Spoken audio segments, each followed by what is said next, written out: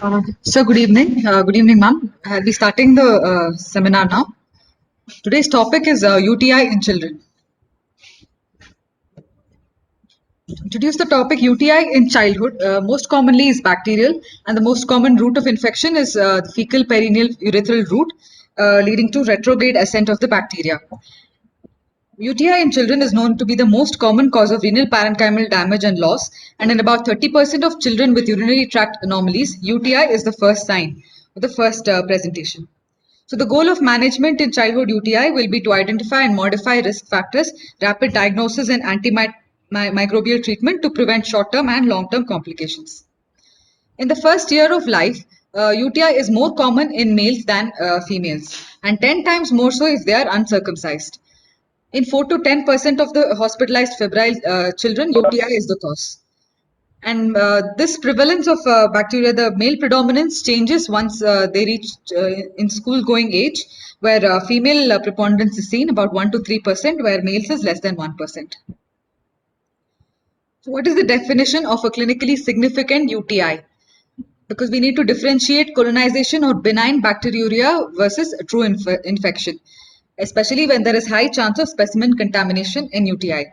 So, in Indian Society of Pediatric Nephrology defines UTI as growth of significant number of organisms of a single species in the urine in the presence of symptoms. Broadly, UTI can be classified as first or recurrent, and further broad classification as symptomatic or asymptomatic. It may be unresolved, where treatment is despite treatment persistent, or reinfection may be there. Uh, the other classification of UTI, also described by Indian Society of Pediatric Nephrology, is a significant bacteriuria. This is defined as colony count of more than 1 lakh per ml of single species in a midstream clean catch sample. Asymptomatic bacteriuria, where the significant bacteriuria in the absence of symptoms of UTI. Simple UTI, where there's only low-grade fever, dysuria, frequency, urgency, and none of the symptoms of complicated UTI is present. Symptoms of complicated UTI include presence of fever more than 39 degrees centigrade, systemic toxicity, persistent vomiting, dehydration, renal angle tenderness, and raised creatinine. And recurrent infection is a second episode of UTI. These are the broad classifications of UTI and broad definitions.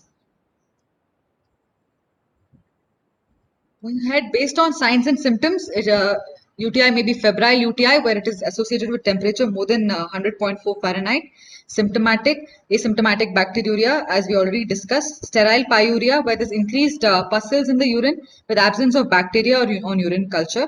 And with bowel bladder dysfunction, where the spectrum of signs and symptoms of incontinence, constipation, encopresis, functional behavioral abnormalities of bowel and lower tract pelvic floor.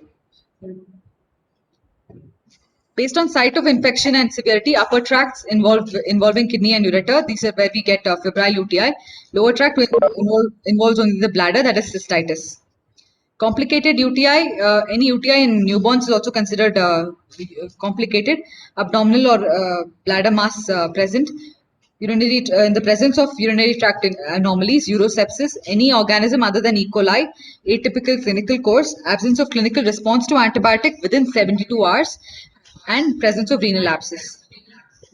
Complicated cystitis is defined in children with comorbid medical conditions, underlying bladder pathology, indwelling bladder catheter, or atypical clinical course. These are the definitions as per Campbell urology. Recurrent UTI is what is unresolved during initial therapy. It is persistent from an anatomic site, and reinfection. It may be persistent, that is from a particular anatomic site like pyelonephritis on a single site, or reinfection from a separate microorganism. Majority of recurrent UTI are not surgically correctable causes. Some of the surgically correctable causes of bacterial persistence known in childhood UTI include infection in the presence of stones, infected non-functioning or poorly functioning kidney or renal segments, infected urethral stumps after nephrectomy, vesico-intestinal or ureterorectal fistula, post ARM repair, vesico-vaginal fistula, infected necrotic papillae in papillary necrosis, unilateral medullary sponge kidney, infected urachal cyst, infected urethral diverticulum or periurethral gland. All these are causes of bacterial persistence despite treatment. Etiology of childhood UTI. Bacteria is the most common cause. It has an affinity to cause UTI. Most commonly, it is gram-negative enterobacteria, that is E. coli, and owing to their specific cell wall O antigens, most commonly by uropathogenic E. coli or extraintestinal E. coli. Other bacteria known to cause are Enterococcus faecalis with multi-drug resistance. So the markers for E. coli virulence include MRHA characteristics, that is mannose resistant hemagglutination. 90% of the strains that cause pyelonephritis display these characteristics, and also P blood group specific adhescence, that is 94% of them have it, of the uropathogenic E. coli. This includes P. fimbriae and P. pili. So they help in adherence to the uroepithelial cells.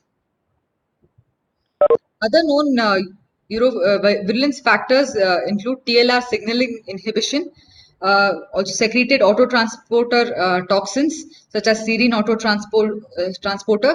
These are known to damage the tight junctions in epithelial cells and help with infection. Hydrophobic properties of E. coli, ion binding capacity with aerobactin production, and ion absorption by hemophores, gene specific uropathogenic proteins. All these are known to contribute to virulence in E. coli. Pathogenesis of UTI. The portal of entry is usually fecal and perineal region with ascent to the urethra and retrograde ascent to of the periurethral bacteria into the urinary tract. The urethral defenses to this is urethral washout by voiding, epithelial shedding, paraurethral gland secretions, and also there is local immune system. The bacterial polysaccharides usually trigger the urothelial receptors, leading to a local immune response. TAM horsefall protein, which adheres to the type 1 fimbriated uropathogenic E. coli. This is also a defense mechanism. And superficial bladder umbrella cells, they are slow cycling cells which have uroplakin, and these are known to be a part of the local immune defense mechanism. So the initial event in an infection is attachment of the bacteria to uroepithelial cells. They adhere to the uroplakin on bladder urothelial cells. There's a molecular interaction between the adhesin receptor complex and there's uptake of bacteria into the bladder surface umbrella cells. Then there's interaction with the lipid rafts present and uroplakins, and bacterial communities form initially, and the clonal expansion of a single bacterium forms a biofilm. These then further expand and populate, causing cellular pods which detach and disseminate. So microbial adaptation occurs to the variable environment, leading to systemic infection, antimicrobial resistance, and endotoxin production. All these increase the severity of infection. So from the bladder, ascent is known to occur, and this depends on the host immunity, presence of an impaired urethral peristalsis, vesico-urethral reflux, and uropathogenicity of the organism. These are the risk factors of ascent of bacteria from the bladder to involve the upper tracts. Hematogenous dissemination is uncommon, but it is seen in infants with immature immunity and also associated with staphylococcal skin or systemic infection, and is seen in tuberculosis. So to summarize, this is a flow chart to summarize the risk factors for bacteriuria and renal damage. So the host factors include genetics, age, immune status, sexual activity, important in pubertal age group, and colonization from the fecal route, preputial or periurethral region, or iatrogenic by periurethral catheterization or other instrumentation that we do. And genitourinary abnormalities, particularly vesico-ureteric reflux. All these can cause renal scarring. So the spectrum can be from bacteriuria, and the bacteria factors will be virulence and presence of pili.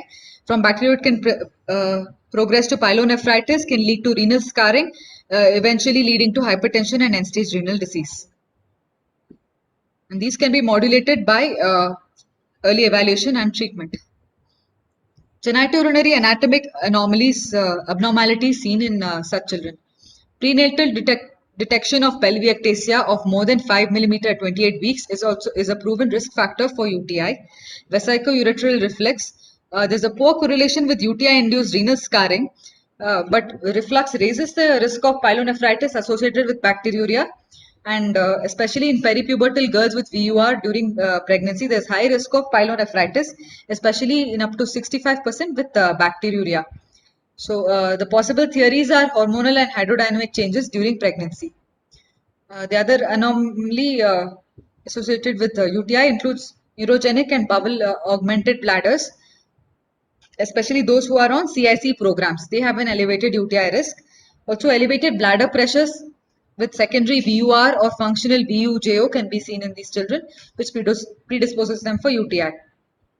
They have an inability to spontaneously clear bacteria. Some of the features suggested, this is from our Indian Society for Nephrology. They have described certain features suggesting underlying structural abnormality during UTI evaluation, which include distended bladder, palpable enlarged kidneys, presence of a tight phimosis or vulval synechiae, palpable fecal mass in colon, patulous anus, neurological deficit in the lower limb, urinary incontinence, and history of previous surgery of urinary tract, anorectal malformation, or meningocele. So, while evaluating a child with UTI, these are the things we need to keep in mind. And features, we also need to look out for features suggestive of bowel and bladder dysfunction, especially in cases of recurrent UTI with persistent high-grade VUR, constipation, and impacted stools. Child having maneuvers to postpone voiding, such as holding maneuvers like Vincent's Kersey or squatting, voiding less than 3 or more than 8 times a day, straining or poor urinary stream, thickened bladder wall more than 2 millimeter, at post-void residue of more than 20 ml, spinning top configuration of the bladder on an MCU. These are some of the red flag signs we need to pick up.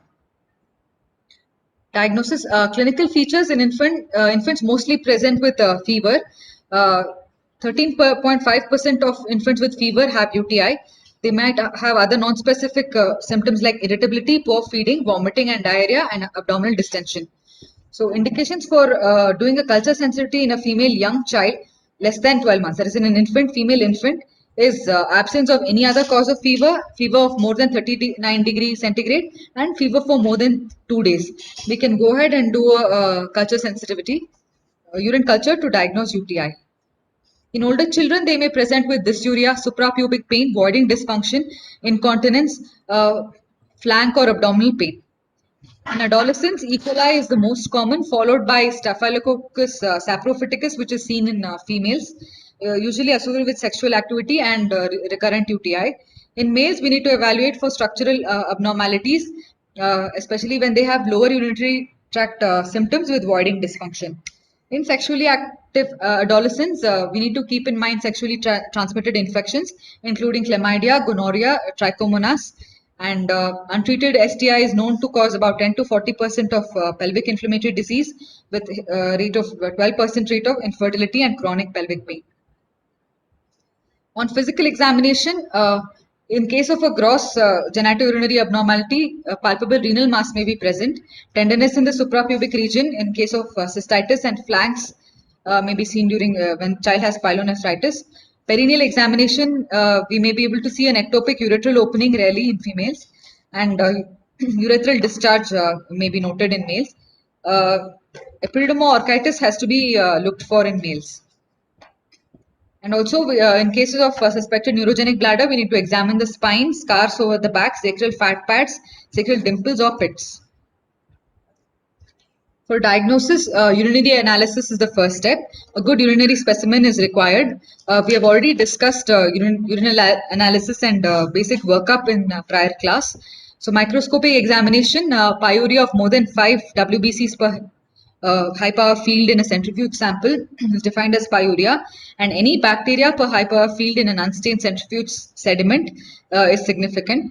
Also, urinary leukocyte esterase and urinary nitrate is done. Urine analysis has 82% sensitivity to detect UTI, and single organism isolation is more sensitive and specific. We will also do routine complete blood counts, ESR, CRP, and procalcitonin to evaluate. These are the inflammatory markers. Other markers described are urinary tubular enzymes, antibodies, and interleukin 6 and 8 in severe cases, which is not routinely used. Urinary culture is the gold standard quantitative culture for diagnosis of UTI. The traditional definition of UTI described by Hoberman et al. In 1994, include 1 lakh, more than 1 lakh colony forming unit per ml. And this is our Indian definition by Indian Nephrology Society. Suprapubic aspirate, any number of pathogen, 99% probability of infection. Pururethral catheterization and sample, more than 50,000 colony forming unit per ml, 95% probability of infection. And in a midstream clean cat sample, more than 1 lakh is significant. Uh, this is the European Association of Urology guidelines in pediatric UTI. According to them, more than 1,000 up to 50,000 colony forming unit in a catheterized specimen is considered significant, and any number in suprapubic, this is similar. And in a midstream void, more than 10,000 with symptoms and more than 1 lakh without symptoms is considered significant. And this is by the American Association of Pediatrics, where 50,000 or higher with considerable bacterial growth is clinically significant, and 10 to 15,000 is considered significant UTI, especially when present in neonates, children with immunodeficiency, those with urinary tract abnormalities, or children already on antimicrobial therapy. So with these basic definitions and basic investigation, we'll move ahead with some specific presentations. Acute and focal pyelonephritis or lobar nephronia or focal bacterial nephritis. These in this clinical entity, children present with fever and with chills, unilateral or bilateral flank pain, lower urinary tract symptoms like dysuria, frequency, urgency, cloudy, malodorous urine. On urine analysis, pyuria, WBC cast, and bacteria are seen with elevated CRP. 50 to 86% with febrile UTI will have renal involvement. So this is where there's upper tract involvement. On ultrasound, focal or generalized renal enlargement may be seen, renomegaly, with hypoechofocal areas, thickened renal pelvis, and uretral dilatation may be seen. On CT, there may be areas of decreased perfusion and renomegaly. And on DMSA, we can define DMSA defined lesions as standard for diagnosing pyelonephritis. So, in the presence of elevated CRP, fever, and dilating vesico-uretral reflux, there is 10 times higher risk of renal damage. Pyonephrosis is the accumulation of purulent debris and sediment in the renal pelvis and collecting system. In structural or obstructive hydronephrosis, in the presence of structural obstructive hydronephrosis with bacterial infection, this pyonephrosis may be seen. Rapid diagnosis and treatment is required to prevent renal loss. On ultrasound, we may see shifting fluid level with debris, internal echoes from lower collecting system and even in the upper system. Air in the collecting system may be noted. On RGP, we may see uretral obstruction with irregular renal pelvis with filling defects, and uretral catheter drainage is therapeutic in these children to drain the collection. Appropriate antimicrobials have to be given and prompt drainage of the infected renal pelvis by retrograde catheterization or nephrostomy. Perinephric or renal abscess. This is the next presentation when it gets more complicated. Earlier, the microbials before 1940s majority was staph infection in case of perinephric and renal abscesses, and post introduction of broad spectral and antimicrobials and widespread use, we now have E. coli and Proteus to be the leading cause of renal abscess or perinephric abscess. Presently, we still have E. coli as the most common, and others, even anaerobic bacteria is seen, especially in those with previous abdominal surgery, renal transplant, or malignancy. Severe pyelonephritis, they present with fever, flank pain, leukocytosis, and sepsis. On ultrasound, ultrasonography is characteristic and diagnostic because we can visualize the abscess as a sonolucent defined area. A diagnostic aspiration can be performed under ultrasound guidance. And on CT, perirenal fluid or gas will be seen with renal distortion. Involvement of the retroperitoneum may be seen. Treatment is by systemic antimicrobials and percutaneous surgical drainage. So that was a spectrum of UTI, and now to discuss management of UTI, UTI overall, therapeutic strategies to minimize renal damage and minimize the risk of subsequent infection and future renal damage. So in case of an acute UTI in a child less than 90 days, there is rapid change of clinical course in such young children, mostly because of presence of immune deficiencies or immature immune system, alterations in the neonatal T and B cells and antigen presenting cells. So neonates have vague and non-specific symptoms in presentation, and most common causes ampicillin resistant gram-negative bacilli. Occult bacterial UTI also is known to occur with just CRP elevation and elevated absolute neutrophil count, and asymptomatic jaundice with an onset of later than day 8 and age less than 8 weeks is an indication for testing for UTI. So in less than 30 days of age, that is in neonates, antimicrobial coverage is usually by ampicillin and gentamicin. This will also cover Listeria monocytogenes, which is perinatally acquired, and Enterococcus, which is postnatally acquired. Also, in less than 60 days children, third generation cephalosporin may be used. IV antimicrobials are preferred in severely ill children who are unable to take fluids and may be immune compromised. So the broad spectrum aminoglycosides, ampicillin or amoxiclav with third generation cephalosporin, these are the preferred antimicrobials. And hospitalization may be indicated sometimes in cases who are relatively stable. An outpatient parenteral therapy may be indicated. For outpatient therapy in a presumptive febrile UTI, the child should be taking orally, should have cooperative, reliable parents. Then we can consider on outpatient IV parenteral antimicrobials. Newer third generation cephalosporins are recommended. Ceftriaxone once daily outpatient parenteral therapy becomes ideal. It is broad spectrum and covers both Enterobacter and Pseudomonas aeruginosa. Aminoglycosides also have once daily dosing. This is used when in case of Enterococcus, which are resistant to most of the third generation cephalosporins. So we need to know the national and local antimicrobial resistance patterns to the common organisms before we select the drug. The duration of IV therapy is usually 2 to 4 days. This is the duration it takes for fever to subside. Following this, we can switch over to oral antimicrobials and the total therapy to be from 7 to 10 days. 89% of the patients become afebrile after 48 hours of IV medication, and the median time known to become afebrile is 13 to 16 hours. And this is important to note as it shows response to the treatment. So follow-up culture can be done after 48 hours of IV therapy. In less ill older infants and young children, oral antibiotics may be started preliminarily based on culture sensitivity. Oral cefixime is preferred empirical treatment. It is as effective as initial IV cefotaxime in a febrile UTI. This has been reported by Hoberman et al. In 1999. And oral quinolones also can be used. However, there are concerns about pediatric safety and efficacy issues. It has good coverage of Pseudomonas aeruginosa and is better for upper tract involvement or in the presence of abnormal urinary tract. Some quinolone resistance is known, so we need to see the culture and then start. So the term switch therapy, this refers to an initial IV therapy followed by oral therapy. This is the currently recommended whenever possible. In school-age children, in those who are having clinically uncomplicated lower tract, only cystitis, oral broad-spectrum antimicrobial can be given 3 to 4 days preferably.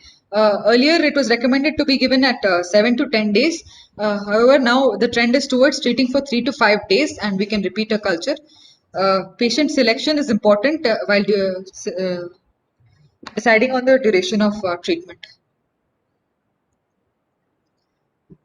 This is a broad overview of all the IV antimicrobials dosage that we use regularly.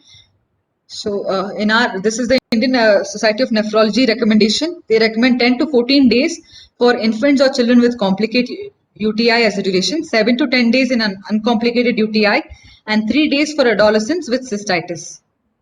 And following the treatment of UTI, prophylactic antibiotics are recommended for those who are less than 1 year of age until we do appropriate imaging to complete the workup of UTI. Also, with respect to antimicrobial agent selection, This is for antimicrobial agent selection for prophylaxis. Earlier, trimethoprim sulfomethoxazole, co-trimox, was more popular. However, now increased resistance is noted. E. coli resistance up to 32% is known, and resistance to ampicillin is 25 to 45%. And nitrofurantoin has poor serum concentration but good urine concentration.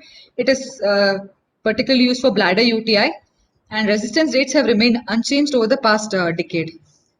So, in children where we have to suspect resistant uropathogens, in those children with diabetes, recent hospitalization where we are suspecting nosocomial infection, recent use of antimicrobials, urinary malformation, presence of indwelling catheters, and ongoing antimicrobial prophylaxis. In these, we have to suspect resistant uropathogens. So daily antimicrobials to prevent recurrent UTI has been used in children with 30 to 40% chance of recurrence within a year. So when such a chance is noted, it is considered rational to use prophylactic antimicrobials. The common indications are the presence of VUR, unstable urinary tract obstruction, such as partial urinary tract obstruction, normal urinary tract but known frequent reinfection after acute UTI awaiting radiologic evaluation, urethral instrumentation, following urethral instrumentation, immunosuppressed states, infants with UTI before 8 to 12 weeks of age, and those who are on CIC with VUR. A systemic and meta-analysis in 2006 stated that there was no definitive evidence that prophylaxis prevents symptomatic UTI, and also two randomized control studies in 2006 and 2008 showed that there is no preventive benefit with or without VUR. However, the RIVER trial, that is randomized intervention for children with VUR, including about 600 odd children, this demonstrated, this was a double-blind study which is in multi-center with placebo control. Antimicrobial prophylaxis with trimethoprim sulfomethoxazole was known to reduce the risk of recurrence by 50% in children with reflux. Circumcision may be indicated to remove bacterial colonization of the prepuce in infants or infants with VUR and severe hydronephrosis. The duration of antibiotic prophylaxis. This is still the resolution of urinary tract abnormality, otherwise is indeterminate. If it is an operable urinary tract abnormality, post surgery we usually do not continue antibiotic prophylaxis. But in other cases, it is indeterminate. It is reasonable to stop at an age of 5 to 8 years, and when there is no history of UTI or renal scarring. An ideal prophylactic agent has to have low serum concentration and high urinary concentration with minimal effect on normal fecal flora. It should be easily administered and tolerated, and has to be cost effective. Dose selection, a single prophylactic evening dose is what is currently recommended. Cotrimoxazole and cefixime, they have sustained bactericidal effects for 60% of a 24-hour day. So for most part of the day, they have good activity, and cephalexin and nalidixic acid are known to have shorter effects. Prophylactic agents which we give after an episode of UTI should not be the same as therapeutic antibiotic ideally, because after a therapeutic course, the fecal floral resistance is there to the treatment drug, and reinfection is most likely with a resistant organism, and a breakthrough infection can occur despite prophylaxis. And this timing of reinfection, which is highest during the first few weeks of a full dose treatment. So ideally, we need to give a different antibiotic for prophylaxis, and single nighttime dose because we prefer nighttime because it's excreted into the urine and remains in the urine overnight. Nitrofurantoin, as we discussed already, that it has low serum levels, high urinary levels with minimal effect on fecal flora. It is given as once a day dosing at 1.2 to 2.4 mg per kg. The side effects are allergic pneumonitis, neuropathy, liver damage, and long term can have pulmonary fibrosis, which is rare. We need to watch out for G6PD deficiency as it can cause hemolysis in these patients, as nitrofurantoin oxidizes hemoglobin to methemoglobin, which gets degraded. E. coli is known to have resistance to nitrofurantoin, so we need to see the sensitivity pattern. Cephalexin, 1/4 or less than the treatment dose is given per weight as prophylaxis, and fecal enterobacteria resistance is known to cephalexin. In cotrimoxazole, 2 mg per kg once nightly dose is given. Trimethoprim also decreases vaginal bacterial colonization, and sulfamethoxazole, which is a sulfonamide, is avoided in the first few months of life. There is high incidence of resistance, as already stated. This is again the same table showing the dosages. Also, this is a Indian Society of Nephrology. They do not advise antibiotic prophylaxis in case of PUV, urolithiasis, neurogenic bladder, and patients on CIC. In grade 1 to 2 VUR, we give prophylaxis till 1 year of old. 1 year old. This is our current recommendation, and we restart antibiotic prophylaxis if there is a breakthrough febrile UTI. In grades 3 to 5, prophylaxis is given up to 5 years of age, and we consider surgery if there are repeated breakthrough UTIs, febrile UTI. And beyond 5 years, prophylaxis is only continued if there is bowel bladder dysfunction. Some of the future treatments, there are certain vaccine trials ongoing to prevent mucosal adherence of uropathogenic E. coli. They use common bacterial antigens or the FIMH subunit of type 1 pili, and use of lactobacillus variants. None of them have had very significant breakthrough yet. This is, we'll now discuss imaging for evaluation of UTI. This is a flow diagram which shows, which summarizes the imaging used. Following first UTI, ideally ultrasound is done without an MCU. In case of if there is abnormality based on that, we need to further work up. In case of VUR, DMSA will be required to know the baseline functioning and presence of scars. And surveillance is done with periodic MCU and ultrasound. And in case of recurrent UTI, which is symptomatic, a nuclear MCU may be indicated, and if asymptomatic, no further investigation is required.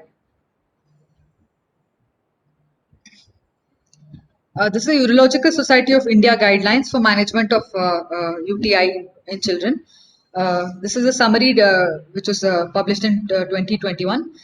In children less than 1 year of age, these are the imaging advice: ultrasound, MCU, and DMSA in view of high chance of renal damage. In 1 to 5 years, first an ultrasound is done. If abnormal, an MCU is indicated, and followed by a DMSA scan. And the sequence may be either DMSA first, that is top-down method, or a bottom-up approach. And in age more than 5 years, only ultrasound is indicated.